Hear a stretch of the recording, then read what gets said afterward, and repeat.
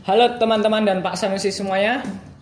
Perkenalin, nama aku Rangga dari kelas 10-4. Dan aku Marcel, aku juga dari 10-4. Jadi sekarang kita bakal bahas gimana sih pengolahan sampah di JB dan juga gimana tong-tong sampah yang ada di JB termasuk isi-isi laci yang ada di kelas. Nah, kalau menurut kamu sendiri, selama kurang lebih 8 bulan di JB ini, gimana sih pandanganmu terhadap pengolahan sampah di JB? Pengolahan sampah di JB ya. Menurutku sih selama 8 bulan aku di JB, pengolahan di JB itu sebenarnya fasilitasnya udah dikasih fasilitas yang bagus banget.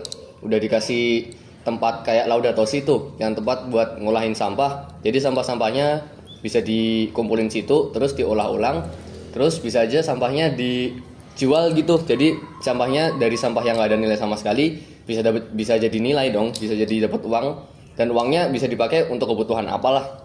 Ada juga tong sampah di JB itu udah dikasih tong sampah yang beda-beda nih.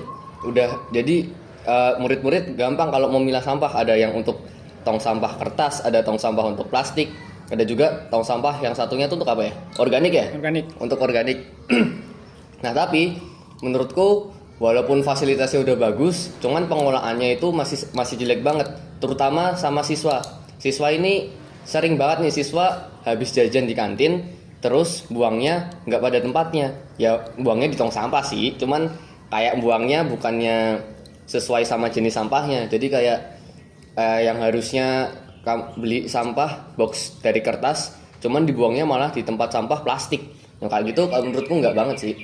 Berarti dari penjelasanmu tadi ada sisi positif sama negatifnya dari pengolahan sampah di JB ya? Iya dong. Nah, berarti kalau misal dari sisi negatifnya, itu berarti tanggung jawabnya siswa atau tanggung jawabnya pihak sekolah kayak guru dan karyawan dan lain-lain? Kalau ngolah sampah di sekolah pastinya tanggung jawab semua warga sekolah dah. Cuman kalau menurutku siswa sama guru, guru sama karyawan itu ya mereka kan udah lebih pengalaman ya di sekolah. Mereka udah bertahun-tahun di sekolah. Mereka juga yang ngajarin kita, yang ngasih kita pendidikan cara ngolah sampah, sama juga apa aja fasilitas-fasilitas yang bisa dipakai untuk ngolah sampah. Cuman yang jadi masalah utamanya kalau menurutku itu siswa-siswanya, dan terutama juga siswa-siswa baru nih. Kita yang masih 8 bulan ya mungkin kita masih belum terlalu tahu lah. Tapi ya hal sesimpel itu masa nggak tahu lah. Harusnya menurutku siswa-siswa harusnya punya lebih banyak kesadaran. Itu gimana cara kita bisa ngolah sampah. Jadi sampahnya itu bisa kita pilih sendiri mana sampah yang harus dibuang di tempat yang sampah yang ini, mana sampah yang harus dibuang di tempat sampah yang itu.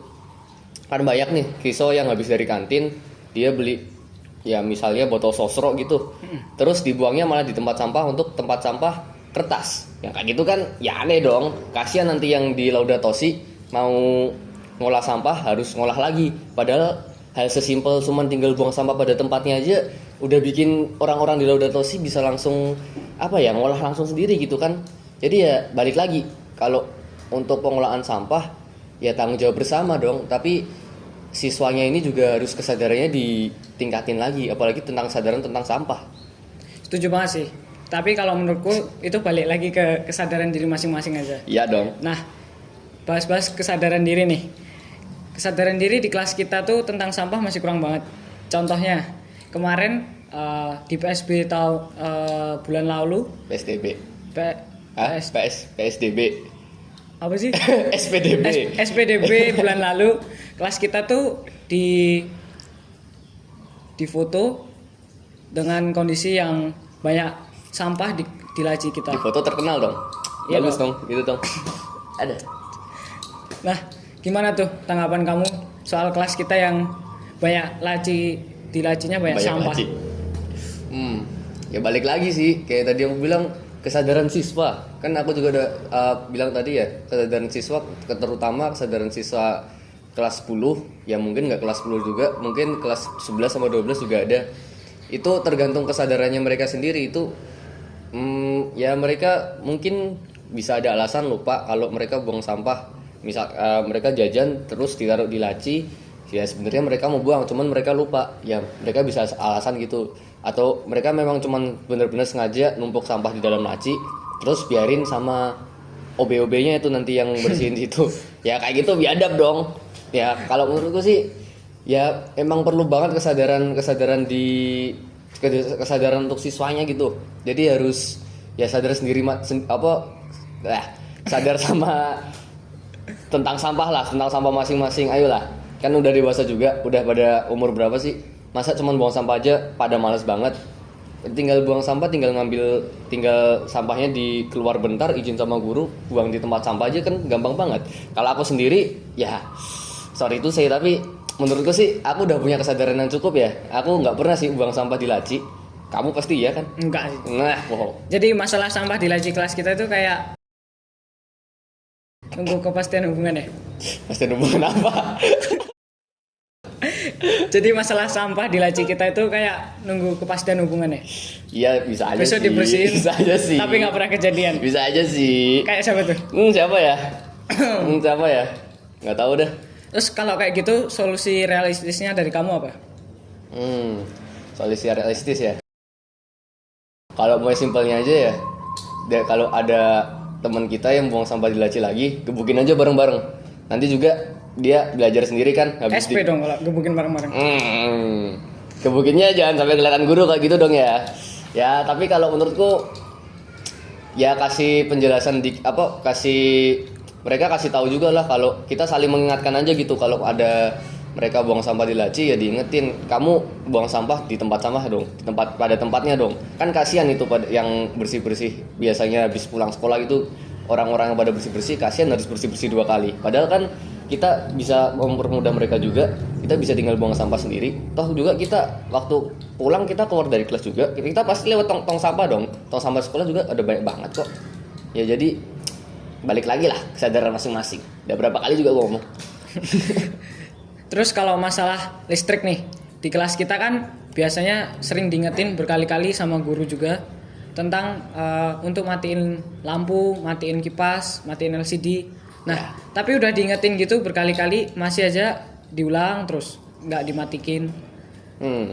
Kalau diulang terus kayaknya enggak ya. Kayaknya kita udah saling ingetin masing-masing juga, kalau kita mau keluar kelas pasti harus selalu matikin kipas, selalu matikin harus selalu matikin lampu sama apa aja, listrik kayaknya selalu dimatikin. Cuman kayaknya ada guru kita juga deh yang itu komputernya nggak pernah dimatikin sampai rusak, itu siapa ya? Tapi Siapa ya tuh? Ya kalau menurutku sih ya baiknya gitu sih, baiknya kita selain sampah kita juga hemat listrik juga. Kita ya cuman sekedar kipas sama lampu tinggal dimatikin gampang juga. Jadi ya sebaiknya sih matikin ya. Nah, berarti kan kalau dari solusi tadi balik lagi kesadaran diri masing-masing ya. Diulang terus tuh. Nah, kalau solusi yang tentang sampah di laci itu kan kita juga harus buang ke tempat sampah di luar kan pastinya. Betul banget tuh. Ya. Nah, itu kan berarti masuk ke lingkungan sekolah. Ya. Gimana tuh pendapatmu menurut pengolahan sampah di SMA Kolese De Brito ini? Apakah sudah baik? Apakah sudah optimal? Kalau pengolahannya ya, pengolahannya sih lumayan baik ya. Kalau aku lihat sendiri di Laudato Si itu biasanya udah dipakai nama mesinnya yang dibakar itu insenerator. Nah, ya, pakai insenerator. Udah dibakar jadi, dan sisa-sisa hasilnya itu kalau nggak salah dibikin jadi kondok juga kan ya? Ekologis tapi nggak ya. Mas. Mungkin ada guru yang bilang nggak terlalu ekologis ya. Mungkin dengan berbagai alasan ada yang bilang nggak ekologis. Cuman kalau menurutku sih ya itu udah jadi salah satu langkah awal buat pengolahan yang cukup baik kalau untuk di sekolah kita. Tapi ya pastinya ada banyak banget solusi yang masih bisa diambil, ada langkah-langkah yang masih bisa diambil buat ngembangin lagi nih biar kita bisa jadi lebih sekolah ekologis lagi nih. Contohnya sih gak kepikiran ya apa ya, mungkin sampah-sampah plastik tuh yang susah banget diolah kita bikin jadi karya-karya bermakna deh. Kan kita juga kemarin udah P5 tuh.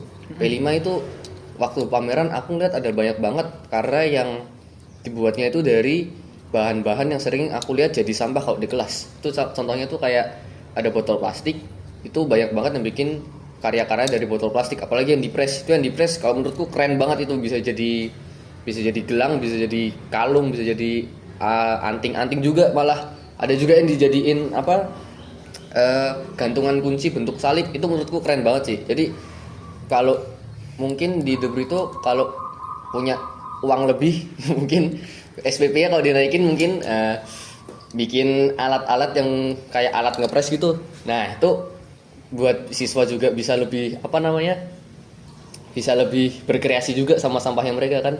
Jadi bisa bikin karya sendiri.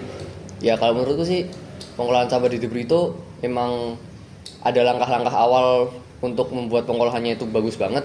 Cuman pastinya ada masih sangat bisa untuk ditingkatkan lagi deh kalau menurutku. Berarti kalau dari kamu sendiri itu pengolahan sampah di JB untuk langkah awal udah bagus, udah Udah Tapi bagus. kalau untuk ekologis belum. Nah, kalau ekologisnya mungkin belum banget ya. Kenapa tuh? Karena kata Pak jujur aku nggak terlalu Salah satunya. Kenapa tuh? aku nggak terlalu tahu ya ekologis yang bener-bener ekologis tuh gimana ya. Karena aku juga males banget. Jadi kalau nggak males sih, maaf Pak Sansi. Malas nih. Nah ini nih, malas nih. Maksudnya aku kalau tentang ekologis itu ya menurutku masih minim banget. Literasinya. Iya, literasinya aku masih minim banget. Jadi nggak terlalu tahu ekologis yang bener-bener ekologis itu gimana. Cuman mungkin kalau di JB pengolahan sampah dibilang ekologis so-so lah. Setengah-setengah. Ya, Ya. setengah-setengah lah, nggak terlalu ekologis, tapi ada ekologisnya juga dikit. Ya, berkat satu guru itu. Kata-kata terakhir buat penonton sebelum kita tutup podcast pada hari ini. Ya, ya Yang mau deh. jalan-jalan ke Pasar Sumbang. Nggak dibilang cakep kan? Cakep. Jangan lupa untuk berkembang. Cakep. Oke, sampai jumpa lagi. Jangan lupa untuk selalu jaga lingkungan, selalu care untuk lingkungan kamu. Salam ekologis. Merdeka, AMDG, yes.